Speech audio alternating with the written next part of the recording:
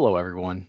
Thanks for watching our video. Again, my name is Steve Hicks. I'm the Security Practice Manager over here at Endsight. And today we're going to talk about something that's a little hard to understand, reputational risk. So, although reputational risk exists, it's very hard to put it on a general ledger, though it can be the most important.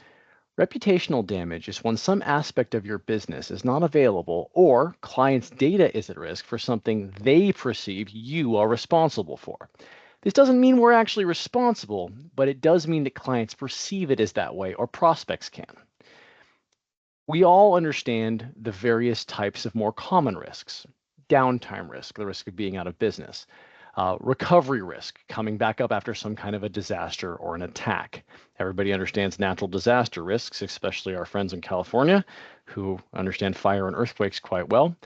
Business and economic risk we understand, but it can be more challenging to classify reputational risk, as reputational risk is only really realized during an adverse event to your business you may or may not be responsible for, and you can't see it coming, like a fire.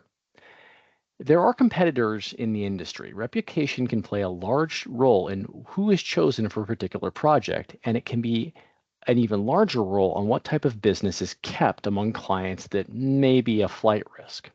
There's an old adage that it is 7 times more expensive to keep a current client than to get a new one.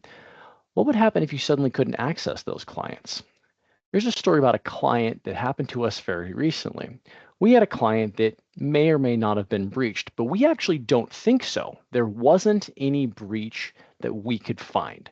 Unfortunately, this particular client had not chosen to have any of our security or forensic tools available.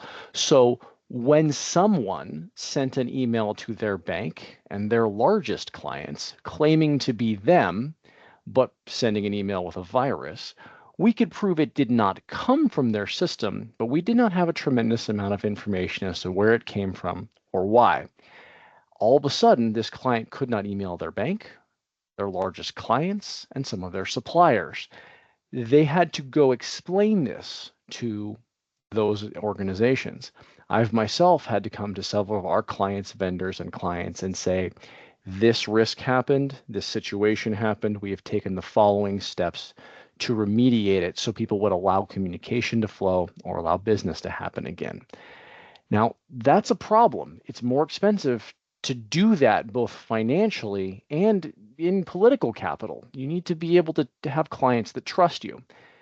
One of the most important things we discuss in all the security tests and exams we all take is that the way to budget for protection is to never spend more on an asset than that asset is worth.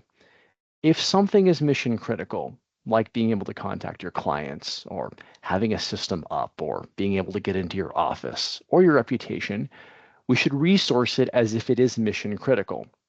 In our incident response plans, we always make sure that if someone says we can only be down for 3 days, we are actually putting in the technology to get somebody back up in 72 hours.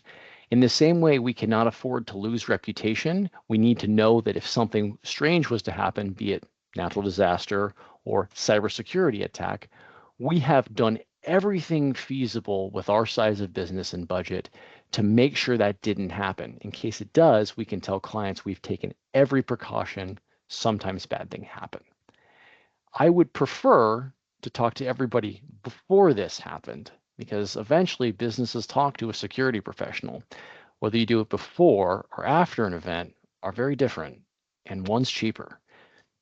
How important is reputation to your organization? Would it be acceptable if clients found out about a breach, and through which channels would it be acceptable? If these questions keep you up at night, like they do with me, reach out.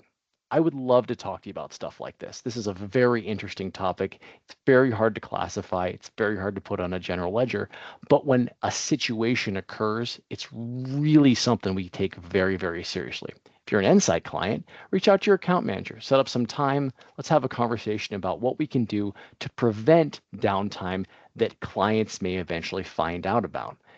And if you're not an Endsight client, hit us up directly. I would love to have this conversation with you.